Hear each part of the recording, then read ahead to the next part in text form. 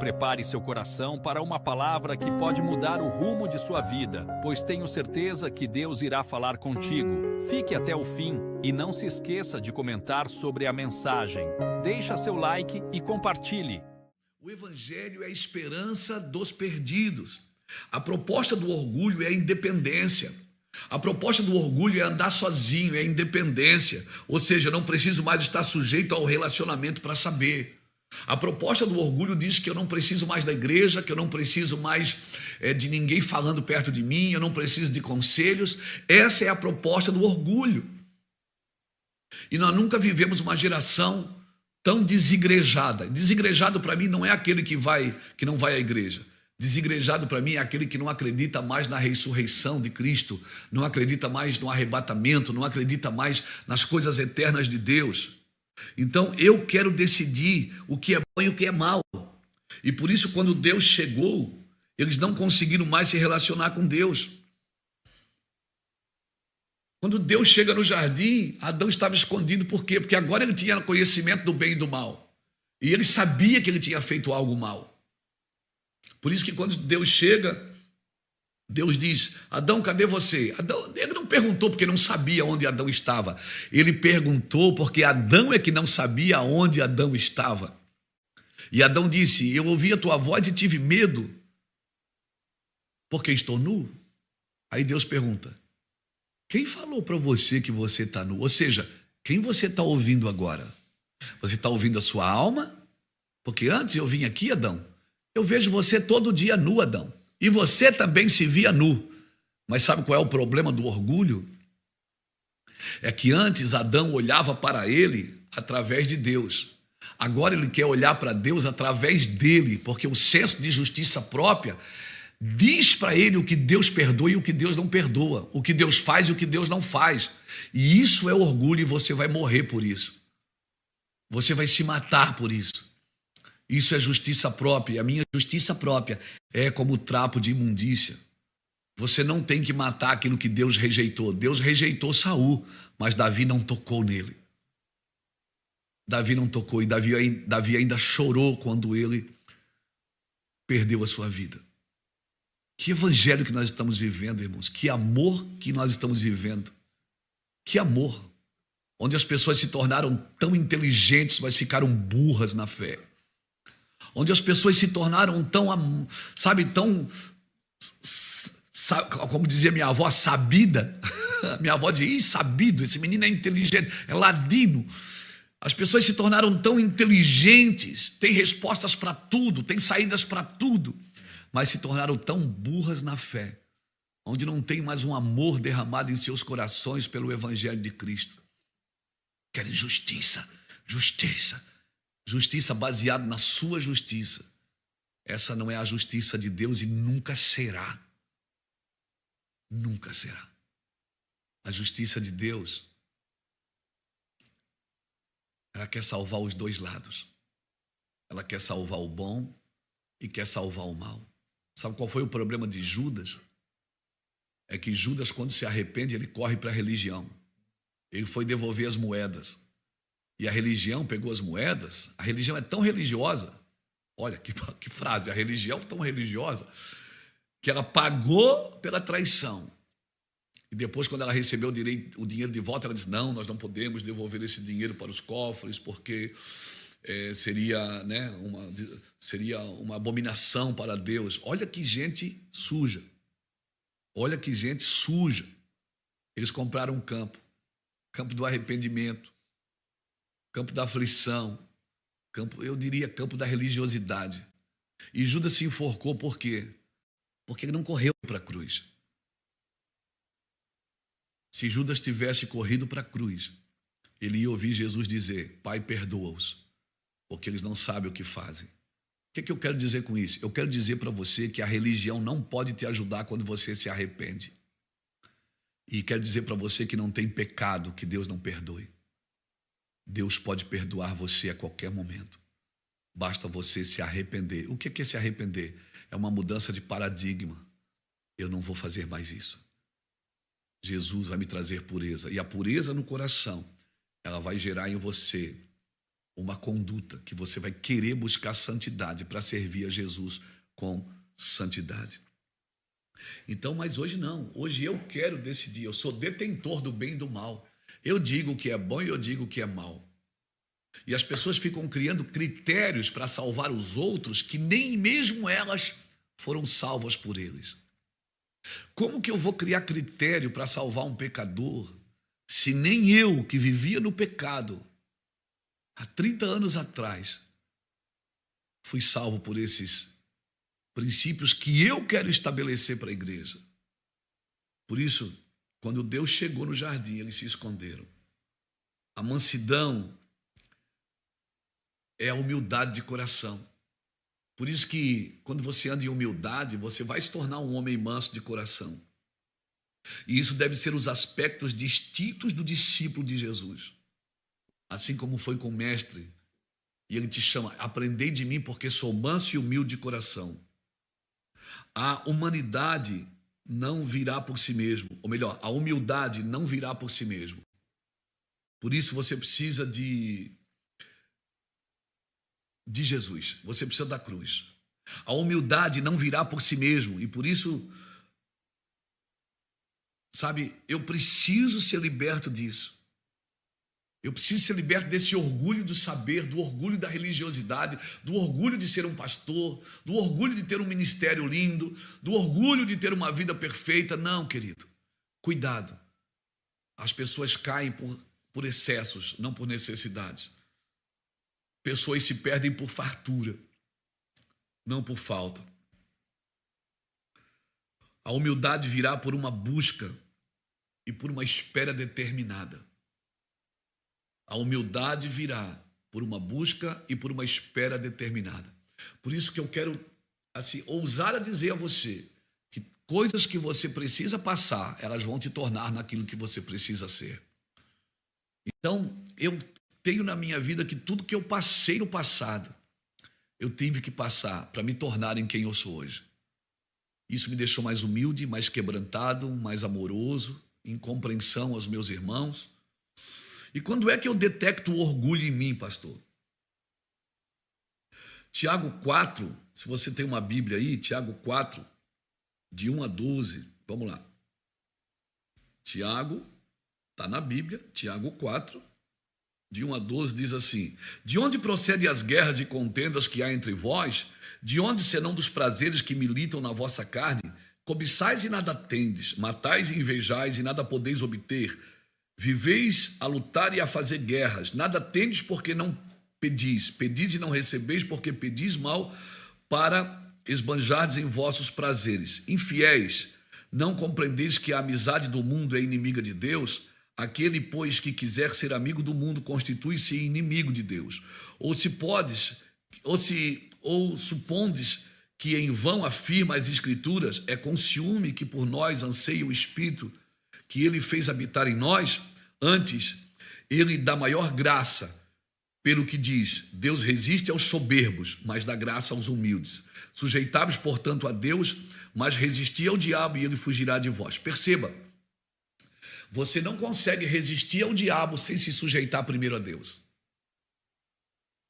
Sem se sujeitar a Deus, ninguém consegue resistir ao diabo. E o orgulho é a arma letal do diabo. Por quê? Porque o orgulho nasceu nele. O orgulho nasceu antes de Satanás, por causa do orgulho que o diabo virou diabo.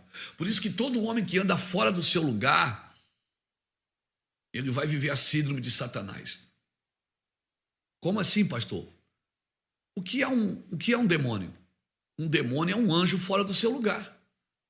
Um demônio é um anjo que saiu do seu lugar, saiu da submissão, saiu do lugar de Cristo. Se Cristo diz que é para você fazer, amar, seja quem for, ajudar, seja quem for, estender a mão, seja quem for, você tem que fazer. E se você não faz, certamente você é orgulhoso. Por quê que você é orgulhoso? Porque você quer fazer do seu jeito. E aí, fazendo do seu jeito, você vai assassinar muitas vocações. Deixa eu te falar uma coisa. Guarde isso, porque isso é real. Todo assassino de vocação pagará caro na sua descendência. Todo assassino de vocação, todo assassino de sonhos.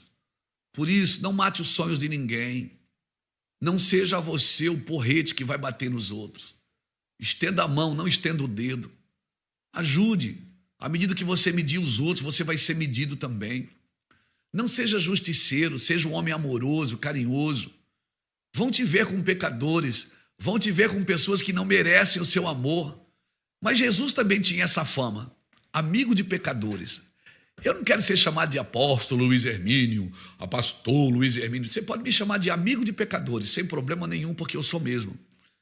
Eu tenho muitos amigos que são pecadores, que eu prego o evangelho para eles, que eles não me influenciam em nada, mas eu os influencio com a verdade do evangelho, com a cultura do reino e com a conduta da fé. Amém? Então, sujeitai-vos, portanto, a Deus, resisti ao diabo e ele fugirá de vós. Chegai-vos a Deus e ele se chegará a vós.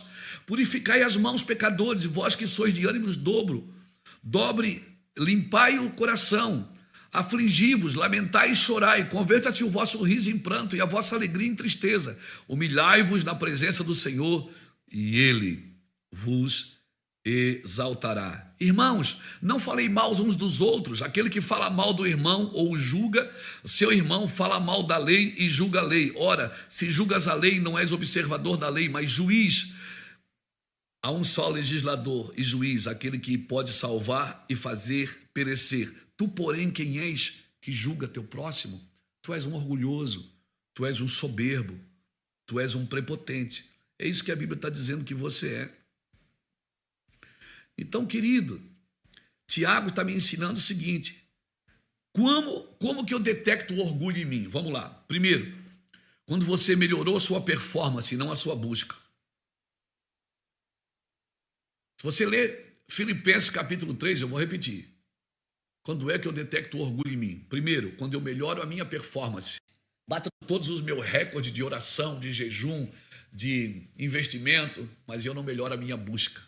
Tenho resposta para tudo, mas o meu coração sangra, porque meu coração não é puro.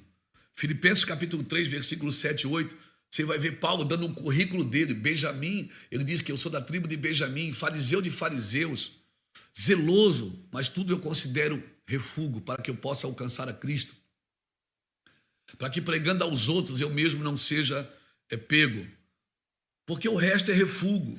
Busque ao Senhor e não pergunte até quando. Busque ao Senhor até que nada mais vale a pena. Então, se você está melhorando a sua performance e não a sua busca, você está quebrando seus próprios recordes, mas seu coração está orgulhoso por isso. Minha igreja tem tantos mil membros, eu tenho tantos seguidores na internet, né? Não é assim, pastor Micael? Eu tenho tantas... Você é orgulhoso, você não está fazendo nada de útil. Porque você tem orgulho da santidade, você tem orgulho da integridade, você tem orgulho da quantidade que você tem e da quantidade que você faz. E Deus vai abater você. Deus vai abater você, porque Deus não constrói nada em cima de corações orgulhosos. Não constrói. Ele quer que você o queira.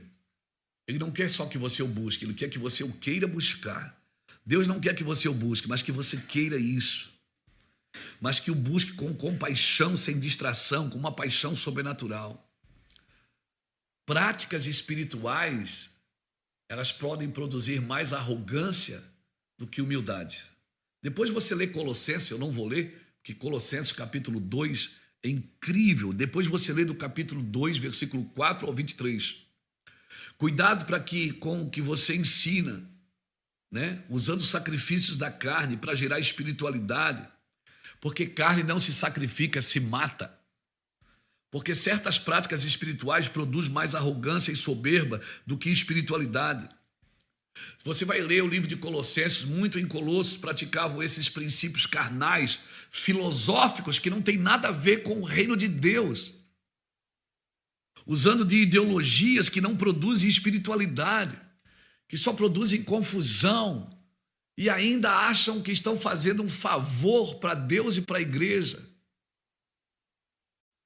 Que pena, que pena. Quando é que eu detecto o orgulho em mim? Segundo, quando você não entende que tudo que precisa de arrependimento é pecado. Se eu deixei o primeiro amor, eu também estou em pecado. Tudo que precisa de arrependimento é pecado. Então, pecado não é só fazer coisas erradas, é deixar de fazer o certo. Sabe aquele amor que você tinha? Meu irmão, minha irmã, você que está me ouvindo, me assistindo, aquele amor que você tinha quando era só você, Deus e a Bíblia. Quando não tinha o Espírito Santo. Aquele amor que você tinha, que Deus era o alvo, Jesus era o centro, a Bíblia era a base, e o Espírito Santo era o único condutor que te conduzia ao caminho eterno. Cadê aquele homem, cadê aquela mulher que era humilde, que não tinha nada, não tinha onde nem inclinar sua cabeça, mas que ficou gigante, cresceu e perdeu a humildade, começou a destratar as pessoas? O que é que o Senhor falou em Apocalipse capítulo 2 para a igreja de Éfeso? Deixou o primeiro amor. Às vezes as pessoas dizem assim para mim: ah, pastor, o senhor vai perceber, à medida que o senhor for envelhecendo, você vai perceber que o amor vai esfriando. Vai não, não vai não, não vai. Não, ei, não vai. Ah, eu quero ser que nem o vinho, quanto mais velho, mais amoroso, mais saboroso, mais cheiroso, mais abençoador. Quero ser mais incrível para Deus, porque agora eu já sei mais, eu aprendi mais, e o que eu aprendi não pode ser motivo de orgulho, tem que ser motivo de transformação. Eu preciso ser radical comigo e tolerante com os outros. Torna importante aquilo que realmente é importante. Se deixar o primeiro amor, Jesus disse na igreja de Éfeso, em Apocalipse capítulo 2, tenho porém contra ti que deixaste teu primeiro amor. Volta e te arrepende e pratica as primeiras obras. Quais as primeiras obras que você deixou de praticar? Você tem orgulho do que você faz hoje, você deixou de praticar as primeiras obras. E as primeiras obras é que te garantiu a eternidade, não as obras de agora que você faz baseada no orgulho. Meu irmão, minha irmã, acorde. Acorde. Torne importante aquilo que realmente é importante. Se você empurra o seu cristianismo com a barriga, é porque você dá pouca importância para ele. Para você, o trabalho ao Senhor se tornou mais importante do que ele. O trabalho ao Senhor não pode ser mais importante do que o Senhor na minha vida. Terceira coisa que eu detecto o orgulho em mim. Quando você não entende que o propósito da redenção é adoração. Quando Deus manda Moisés buscar o povo, ele diz: deixa meu povo vir para que me adore. Ou seja, o propósito da redenção é adoração. O anseio do coração de Deus era estar sempre com você e ser adorado por você. Por isso o seu Espírito é presente, é Emanuel, é Deus comigo. Mas quando o povo pediu para Faraó para ir no deserto adorar, Faraó disse o quê? Eles estão muito ociosos, vamos dar mais trabalho para eles. Quem aumenta o teu trabalho é Faraó, não é Deus. Cuidado para que o trabalho que Faraó está propondo para você não te roube da adoração a Deus. Porque sem adoração, seu coração ficará orgulhoso. É na adoração que gera humilhação, é na adoração que gera o reconhecimento da fraqueza. E eu não posso ser forte sem ter consciência da fraqueza. Diga ao fraco: eu sou forte. Eu tenho que dizer que eu sou forte, mas eu tenho que saber quem eu sou. Entendeu? E hoje há uma mensagem dos púlpitos que todo mundo é forte, todo mundo tem que ser forte, todo mundo tem que ser perfeito. Não, você tem que ter consciência da fraqueza para poder viver em força. Acorda, meu irmão. Se humilhe. Se jogue no chão, peça perdão. E você está preocupado com a humildade dos outros. Você fica dizendo para os outros: você tem que se humilhar. Quem tem que se humilhar é você, não é os outros. Seja radical com você, crie caminhos para você se humilhar na presença de Deus. Faraó viu aquele povo querendo adorar, ele disse: vamos dar trabalho para esse povo. Quem aumenta o teu trabalho para que você não adore é Faraó. Ou algum líder, ou algum pregador que tem a síndrome de Faraó. Outra coisa que detecta orgulho em mim: quando você substitui a profecia por frases, você só tem frases para ajudar os outros a crescerem.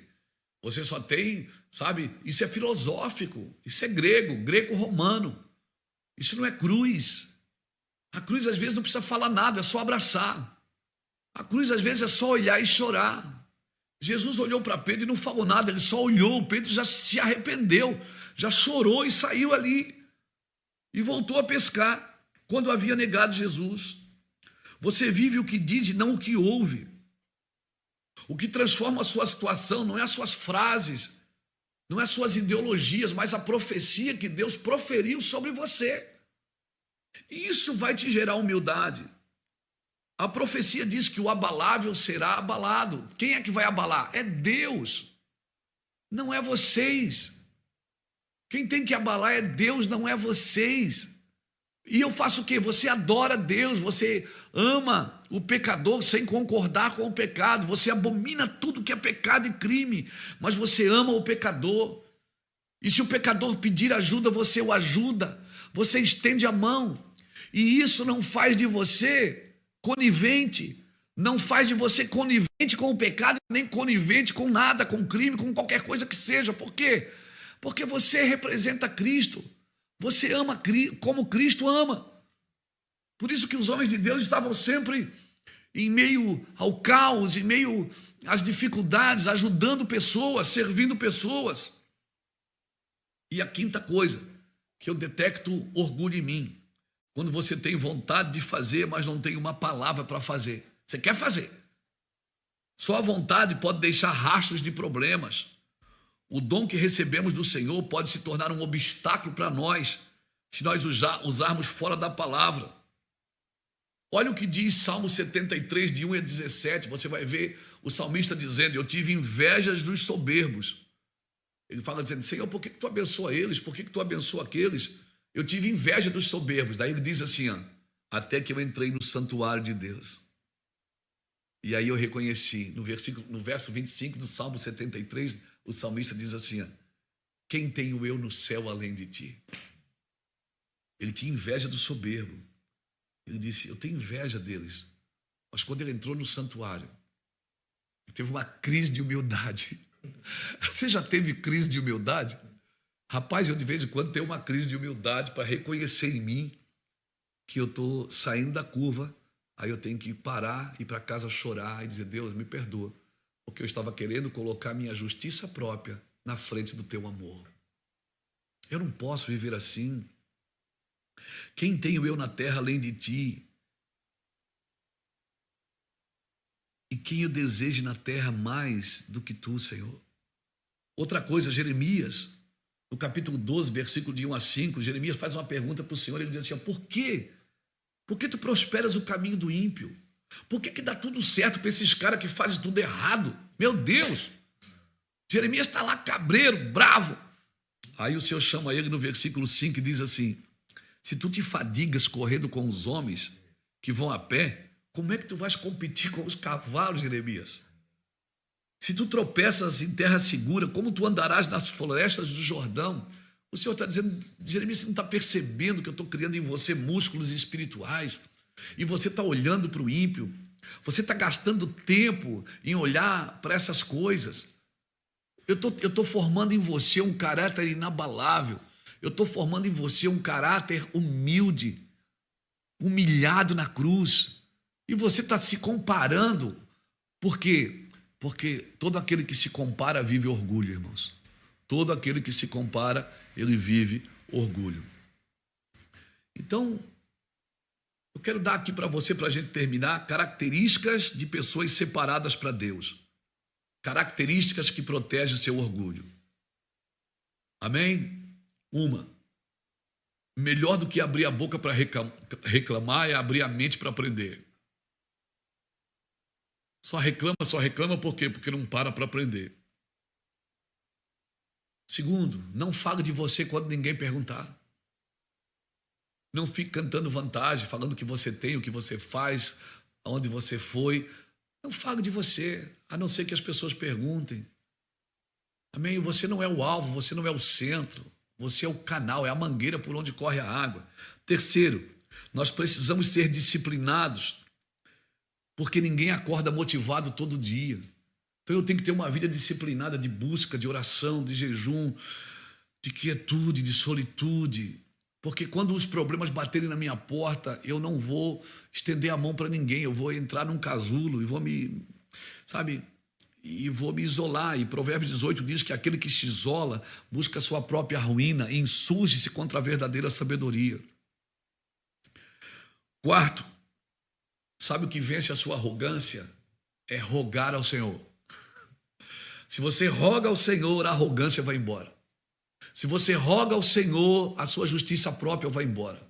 Se você pede ao Senhor, você vai fechar a boca para tudo e vai guardar seu coração e a sua mente e vai falar daquilo que interessa você falar, daquilo que você foi chamado para falar.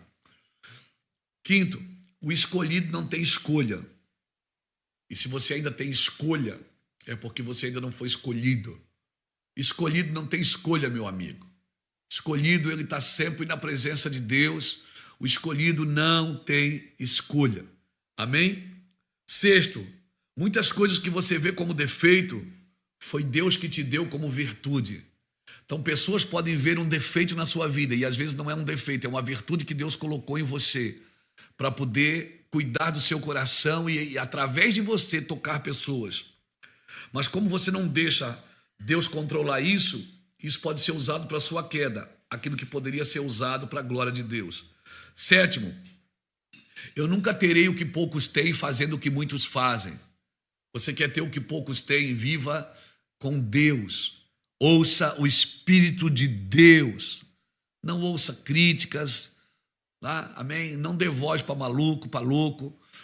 Vai viver o que Deus tem para a sua vida. Vai trabalhar o que Deus trabalha com o seu coração.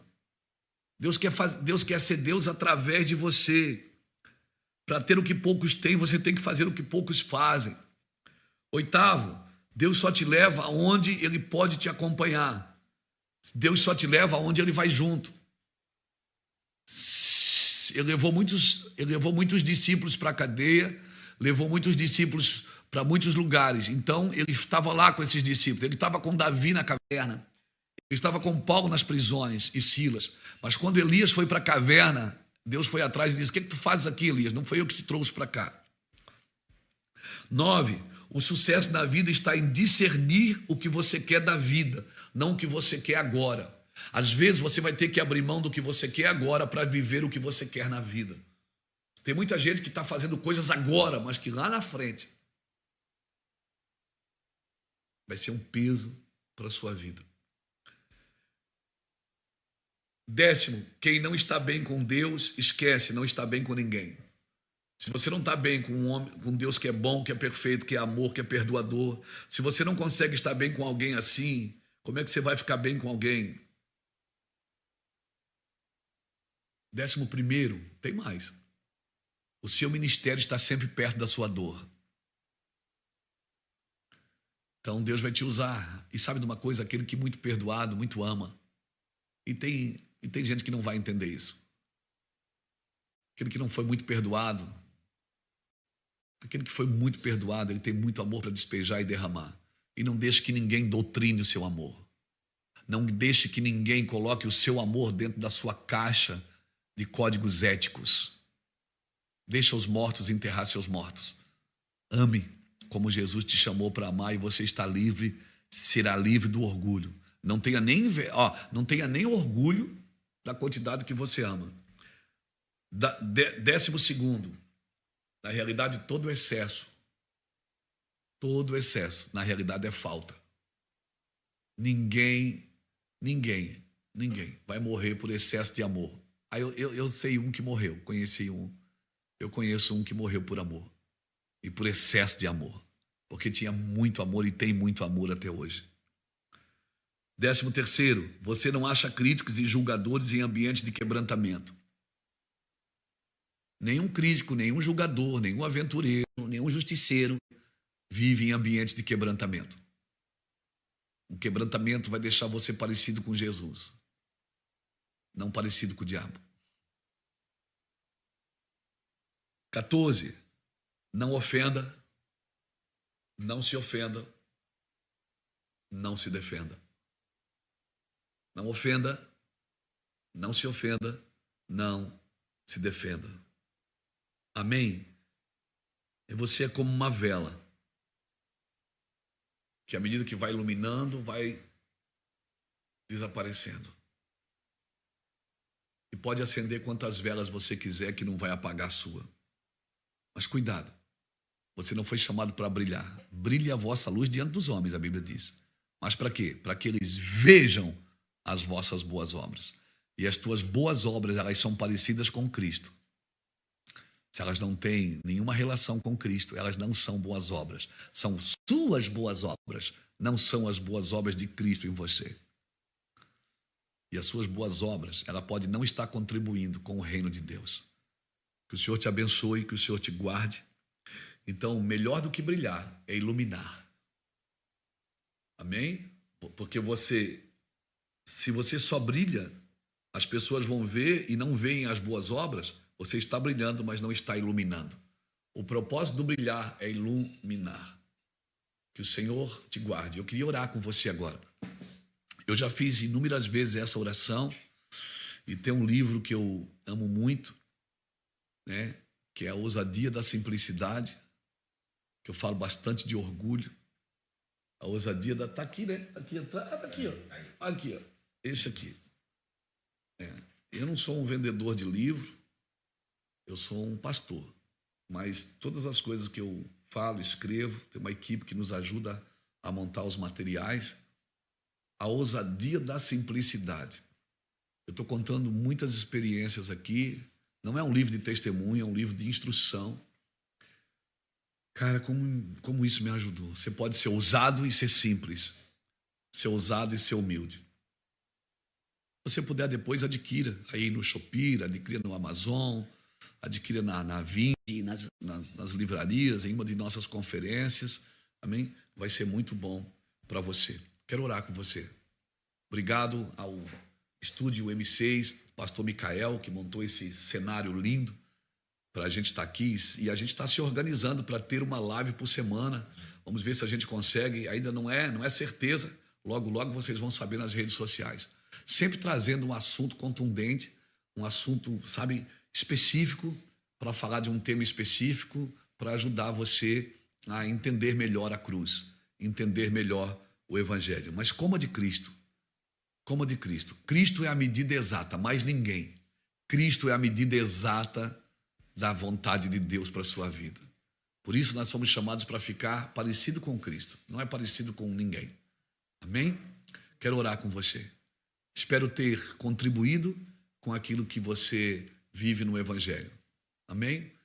Se ficou triste comigo, não se ofenda comigo, porque às vezes a ofensa faz você ouvir coisas que não foram ditas. Não se ofenda comigo, eu só estou tentando fazer o melhor para Deus na exatidão que é Cristo. Vamos orar? Pai, nós queremos te louvar, queremos te agradecer por esse tempo tão precioso, tão magnífico, tão poderoso de estar aqui, Senhor, debaixo da tua palavra, debaixo da tua graça. Obrigado por nos ensinar, nos livrar do orgulho. Só a tua humildade pode nos fazer isso. Só o teu amor pode fazer isso conosco. Obrigado por estar aqui.